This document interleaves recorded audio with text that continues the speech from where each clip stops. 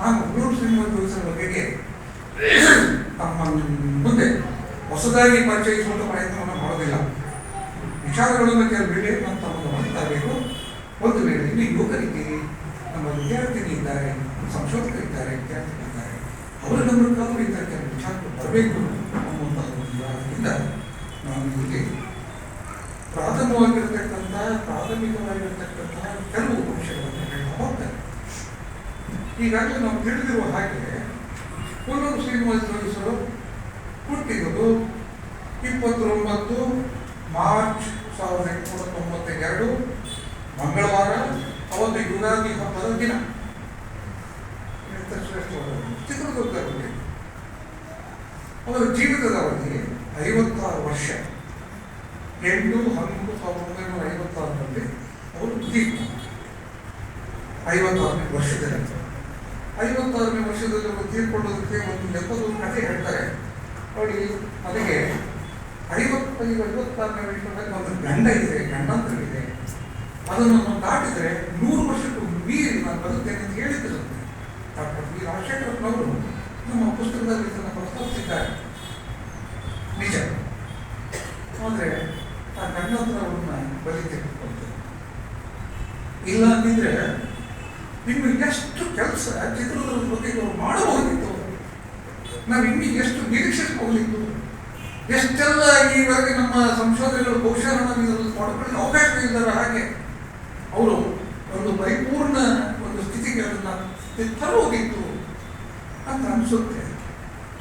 ಆದರೆ ದೈವ ನಿಯಾಮಕವಾದಂತಹ ಈ ಜಗತ್ತಿನಲ್ಲಿ ಮಾನವ ಮಾತೃಗಳಲ್ಲಿ ಏನಿದೆ ನಾವು ಅದಕ್ಕೆ ಒಪ್ಪಿಕೊಂಡು ಒಡ್ಡಿಕೊಂಡು ಬದುಕಬೇಕಾದಷ್ಟೇ ನಮ್ಮ ಜವಾಬ್ದಾರಿ.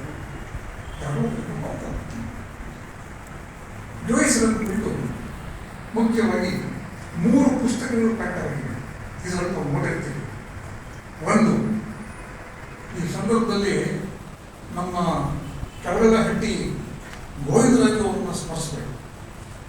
ಎಲ್ಲ ಕಾರ್ಯಕ್ರಮಗಳನ್ನು ಭಾಗವಹಿಸ್ತಾ ಇದ್ದಂಥ ಹುಡುಗ ಈಗ ತೀರ್ಕೊಂಡಿದ್ದಾರೆ. ಅವರು ಮೊದಲ ಬಾರಿಗೆ ಜೋಯಿಸರನ್ನು ಕುರಿತು ಒಂದು ಪುಸ್ತಕವನ್ನು 1994ರಲ್ಲಿ 50 ಪುಟಗಳ ಪುಸ್ತಿಕೆಯನ್ನು ಅವರು ಪ್ರಕಟಿಸಿ ಗ್ರೂಪ್ ಪುಟದಲ್ಲಿ ಅವರ ಚಿತ್ರ ಜೋಯಿಸರು. ಇದಕ್ಕೆ ಮುನ್ನುಡಿ ಬರೆದವರು ಯಾರು? ರಾಷ್ಟ್ರನಾಯಕ ಎಸ್ ವಿಜಯಲಿಂಗಪ್ಪ, ಉಳ್ಳೂರು ಶ್ರೀನಿವಾಸ ಜೋಯಿಸರ ಸಹವರ್ತಿಗಳು, ಅವರ ಜೊತೆಯಲ್ಲಿ ಸೆರೆವಾಸವನ್ನು ಅನುಭವಿಸಿದವರು, ಚಳವಳಿಗಳಲ್ಲಿ ಭಾಗವಹಿಸಿದವರು, ಮತ್ತ್ಯಾಕೆ ಅವರ ಮನೆ ಹತ್ತಿರ ಇದ್ದವರು ಭೇಟಿ ಅಂತ ಇದ್ದವರು. ಅವರು ಮುನ್ನುಡಿ ಬರೀತಾರೆ ನೋಡಿ. ಆ ಮುನ್ನುಡಿ ಯಾರಿಗೂ ಬರಲಿಲ್ಲ, ಬೇರೆಯವ್ರಿಗೆ ಬರ್ತಿದ್ರು, ಜೋಯಿಸರು ಮಟ್ಟಿಗೆ. ನಾವು ಅವ್ರನ್ನ ಇಂಟರ್ವ್ಯೂ ಮಾಡಿದ್ದೇವೆ. ನಾವು ಸುರೇಶ್ ಆರತಿ ಅವರು ಅದನ್ನು ಅವರ ಅಭಿಪ್ರಾಯವನ್ನು ಈಗ ನನ್ನ ಪುಸ್ತಕದಲ್ಲಿ ಸಂಗ್ರಹಿಸಲು ಕೊಟ್ಟಿದ್ದೇನೆ. ಅದಕ್ಕೆ ಮುನ್ನುಡಿಯನ್ನು ಬರೆಯುವುದರ ಮೂಲಕ ಉಳ್ಳೂರು ಶ್ರೀನಿವಾಸ ಜೋಯಿಸರು ತಮ್ಮ ನಡುವಿನ ಒಂದು ಸಂಬಂಧವನ್ನು ಅಲ್ಲಿ ಅವರು ಇಟ್ಟಿದ್ದಾರೆ. ಬಹಳ ಮುಖ್ಯವಾದದ್ದು ಆ ಪುಸ್ತಕದಷ್ಟೇ ಮುಖ್ಯವಾದದ್ದು ವಿಜಯಲಿಂಗಪ್ಪನವರ ಮುನ್ನುಡಿ. ಇದು ಸ್ವಂತವಾಗಿ ಅವರು ಪ್ರಕಟಿಸಿದ್ದು. ಎರಡನೆಯದು ಬಹಳ ಮುಖ್ಯವಾದ ಪುಸ್ತಕ. ನಮ್ಮ ಕೀರ್ತಿಶೇಷ ಶ್ರೀ ಕಾಟನ್ ಜೋಯಿಸ್ ಉಳ್ಳೂರು ಶ್ರೀನಿವಾಸ ಜೋಯಿಸರ ಹೀಗೆ ಮಗ. ಅವರು ಉಳ್ಳೂರು ಶ್ರೀನಿವಾಸ ಜೋಯಿಸ್ ಅವರು ಬರಲಿಲ್ಲ, ಉಳ್ಳೂರು ಜೋಯಿಸರ ಒಂದೇನು ಮನೆತನ ಕುರಿತು, ವಂಶವಾಹಿಯ ಕುರಿತು 1995ರಲ್ಲಿ ಪುಸ್ತಕ ಪ್ರಕಟಿಸಿದ್ರು. ಇದು ಸ್ವಲ್ಪ ಪ್ರಕಟಣೆ. ಉಳ್ಳೂರು ಶ್ರೀನಿವಾಸ ಜೋಯಿಸರ ಹಿರಿಯರ ಇತಿಹಾಸವನ್ನು ನಾವು ಅರಿಬೇಕು. ಅವರು ಅಪ್ಪಳಿಯಿಂದ ಬಂದರು ಅಷ್ಟೇ ಅಲ್ಲ, ದೊಡ್ಡವರು ರಾಜಪೂಜಿತವಾದಂತಹ ಸ್ಥಾನಮಾನವನ್ನು ಪಡೆದಿದ್ದವರು. ಇವೆಲ್ಲ ಡೀಟೇಲ್ಸ್ ನಮಗೆ ಸಿಗ್ತಕ್ಕಂಥದ್ದು ಆ ಪುಸ್ತಕದಲ್ಲಿ. ಅದು ಬಹುಶಃ ದುರ್ಲಭ, ಸಿಗ್ತಾ ಇಲ್ಲ. ಅದು ಖಾಸಗಿ ಪ್ರಸಾರಕ್ಕೋಸ್ಕರ ಮಾಡಿದ್ದಿರಬಹುದು. ಒಂದು ಪ್ರತಿಯನ್ನು ನಾನು ನೋಡಿದ್ದೇನೆ. ಯಾರಾದರೂ ಸಿಕ್ಕರು ಅದನ್ನು ನೋಡ್ತಕ್ಕಂಥದ್ದು ಒಳ್ಳೆಯದು. ಅದರಲ್ಲಿ ಜೋಯಿಸರ ಒಂದು ಹಿರಿಯರ ಅವರ ಮನೆತನದ ಒಂದು ಇತಿಹಾಸ ಕಡಿಮೆ. ಮೂರನೇದು ಅಕಾಡೆಮಿಕ್ ಮೇಲೆಯ ಒಂದು ಕೃತಿ, ಮುಖ್ಯವಾದ ಕೃತಿ, ಕೃತಿ ಡಾಕ್ಟರ್ ಬಿ ರಾಜಶೇಖರನ್ ಅವರು 2008ರಲ್ಲಿ ಇದನ್ನು ಬರೆದರು. ಇದನ್ನು ಹೊರತಂದವರು ಯಾರು? ನಮ್ಮ ಕನ್ನಡ ಪುಸ್ತಕ ಪ್ರಾಧಿಕಾರ ಕರ್ನಾಟಕ ಸರ್ಕಾರದವರು ಎಸ್ ಟಿ ಸಿದ್ದರಾಮಯ್ಯ ಇದಕ್ಕೆ ಮುನ್ನುಡಿಯನ್ನು ಬರೆದಿದ್ದಾರೆ. ಇದರ ಒಂದು ಏನು ಒಂದು 104 ಪುಟಗಳಲ್ಲಿದೆ. ಮತ್ತು ಈ ಎರಡೂ ಕೃತಿಗಳಲ್ಲಿ ಇಲ್ಲಿರುವಂತಹ ಈ ಕೃತಿಯಲ್ಲಿರ್ತಕ್ಕಂಥ ಏನಂದರೆ ಅತ್ಯಂತ ಅಪೂರ್ವವಾದಂತಹ ಚಿತ್ರಗಳ ಒಂದು ಸಂಕಲ್ಪನೆ ಕೊನೆಯ ಪುಟಗಳಲ್ಲಿ ವಿವರಣೆ ಸಹಿತ ಕೊಟ್ಟಿದ್ದಾರೆ. ಇದು ಕೊಲ್ಲೂರು ಶ್ರೀನಿವಾಸ ಸ್ವಲ್ಪ ಹತ್ತು ಮಟ್ಟಿಗೆ ಅರ್ಥ ಮಾಡಿಕೊಳ್ಳೋದಕ್ಕೆ, ವಿಶ್ಲೇಷಿಸೋದಕ್ಕೆ ಉಪಯುಕ್ತವಾದ ಆಕಾರ ಅಂತ ನಾನು ಭಾವಿಸ್ತೇನೆ. ಈ ಪುಸ್ತಕ ಲಭ್ಯವಿದೆ ಮತ್ತು ಅದರಲ್ಲಿ ಕೊಲ್ಲೂರು ಶ್ರೀನಿವಾಸ ಜೀವನ ಸಾಧನೆ ಪ್ರಭಾವ ಇತ್ಯಾದಿ ಏನಿದೆ ಅದೆಲ್ಲವೂ ಕೂಡ ವಿಸ್ತಾರವಾಗಿ ಅವರು ಬರೆದಿದ್ದಾರೆ. ಹಾಗಾಗಿ ಇದು ಒಂದು ಅತ್ಯಂತ ಉಪಯುಕ್ತವಾದ ಆಕಾರ ಕೊಲ್ಲೂರು ಶ್ರೀನಿವಾಸ ಜೀವನಕ್ಕೆ ಸಂಬಂಧಪಟ್ಟ. ಇನ್ನು ಲೇಖನಗಳನ್ನು ಬರೆದವ್ರು ಎಷ್ಟು ಜನ? ನಮಗೆ ಲೆಕ್ಕದಲ್ಲಿ ಸಿಕ್ಕಿರ್ತಕ್ಕಂಥ 30ಕ್ಕೂ ಹೆಚ್ಚು ಜನ. ಆ 30ಕ್ಕೂ ಹೆಚ್ಚರಲ್ಲೇ ತರಾಸು ವಿಧಾನವನ್ನು ನಮ್ಮ ಯಾರು ಶ್ರೀಧರ ಮೂರ್ತಿ, ಸಿದ್ದರಳ್ಳಿ ಕೃಷ್ಣಮ್ಮ, ಆ ನಂತರ ಬರತಕ್ಕಂಥ ಸೂರಪ್ಪ, ಅವರು ಹೇಳ್ಬೋದು, ದೇಸಾಯಿ, ಮಾದ್ರಿ, ಶ್ರೀ ನಾಗರಾಜರಾಯ, ಬಿ ವೈಕುಂಠರಾಜು, ಅನಂತ ಗೋಲ್ಗಿ, ಅನಂತ ಮುರಳಿ, ಅನಂತ ಜಿ ವರದರಾಜರ, doctor M S Srinivas, M S Bharadwaj, T R Thippeswamy, P S Sanjeevamma, ಆಮೇಲೆ H D Somashekar Rao, doctor T Rajashekarappa, K V Manjunatharao, B L Venu, ನಮ್ಮ ಅನಂತೇಶ, ನಾನು, ಎಷ್ಟು ಲೇಖನಗಳಿವೆ. ಇನ್ನೂ ಇಂಥವ್ರದ್ದು 8-10 ಹೆಸರುಗಳು ಇದಕ್ಕೆ ಸೇರಬೇಕಾಗಿದೆ. ನಮಗೆ ಸಿಕ್ಕಿರುವಂಥ ಹೆಸರುಗಳು ಹೇಳಿದೆ, ಇದು ನಿಮ್ಮ ಗಮನಕ್ಕೆ. ಈ ಲೇಖನಗಳನ್ನೆಲ್ಲ ಸೇರಿಸಿ ಒಂದು ಸಂಕಲನ ಮಾಡಬೇಕು ಅಂತ ಒಂದು ಪ್ರಯತ್ನವನ್ನು ಮಾಡಿದ್ದು. ಮುಖ್ಯವಾಗಿ ಎನ್ ಸೂರಪ್ಪ ಇದರಲ್ಲಿ ಏನಿದ್ದಾರಲ್ಲ, ನಾನು ಮೊದಲು ತರಾಸು ಹೇಳಬೇಕು.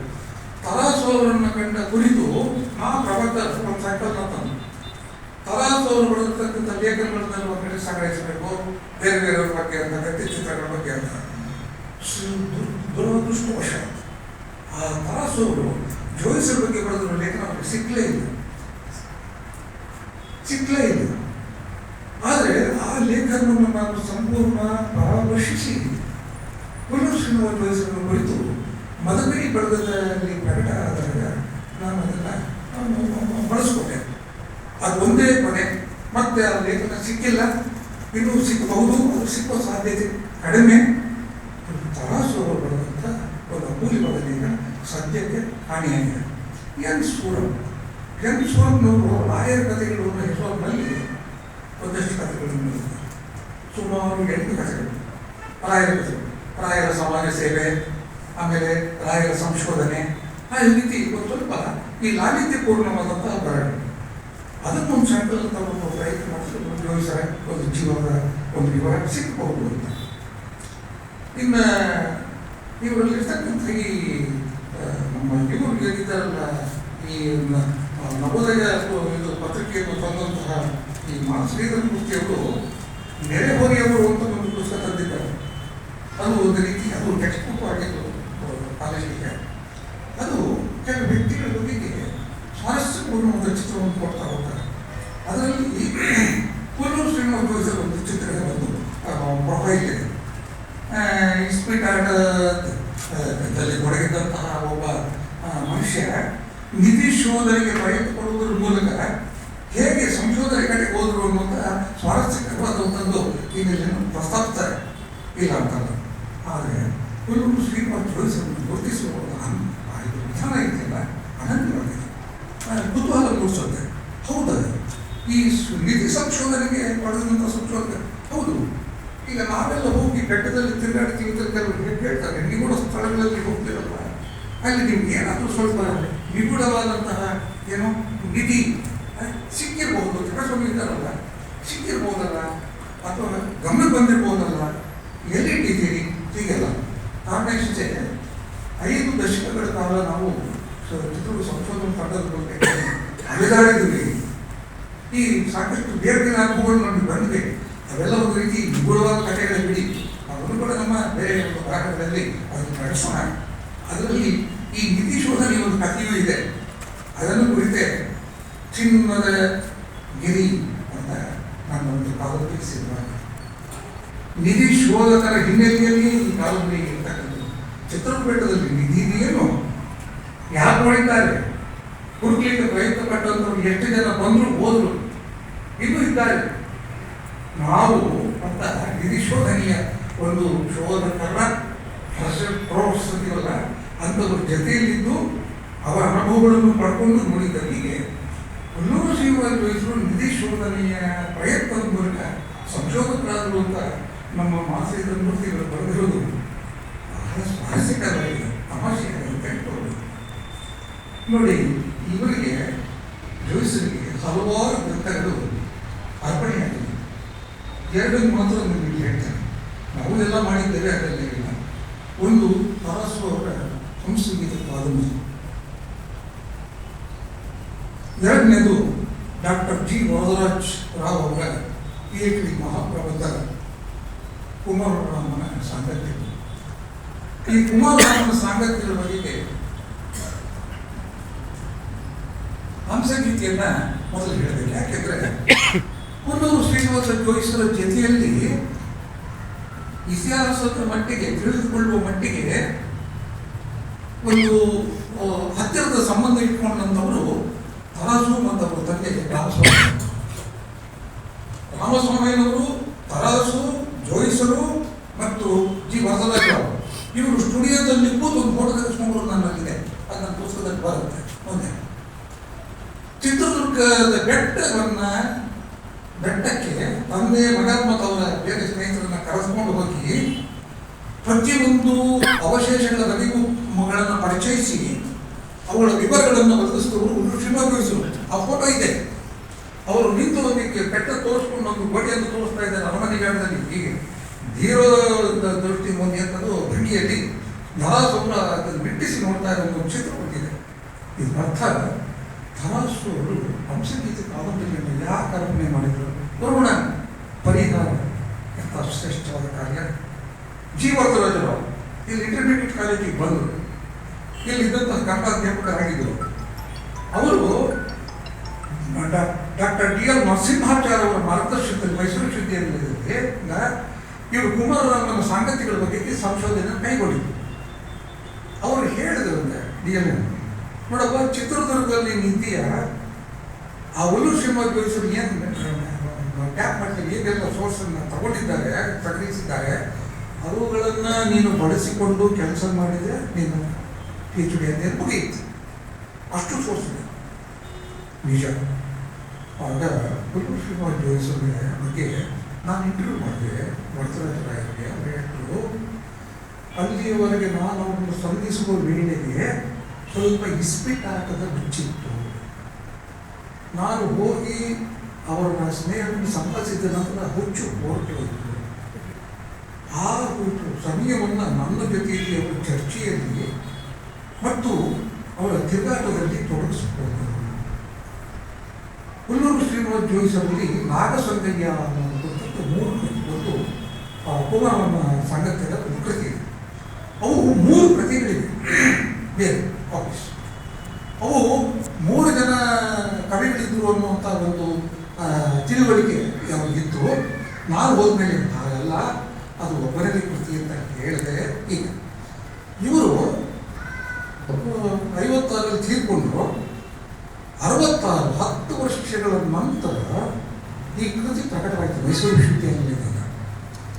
ಆಗ ಆ ಕೃತಿಯನ್ನು DL ನರಸಿಂಹಾಚಾರ್ಯ ಅವರ ಹತ್ರ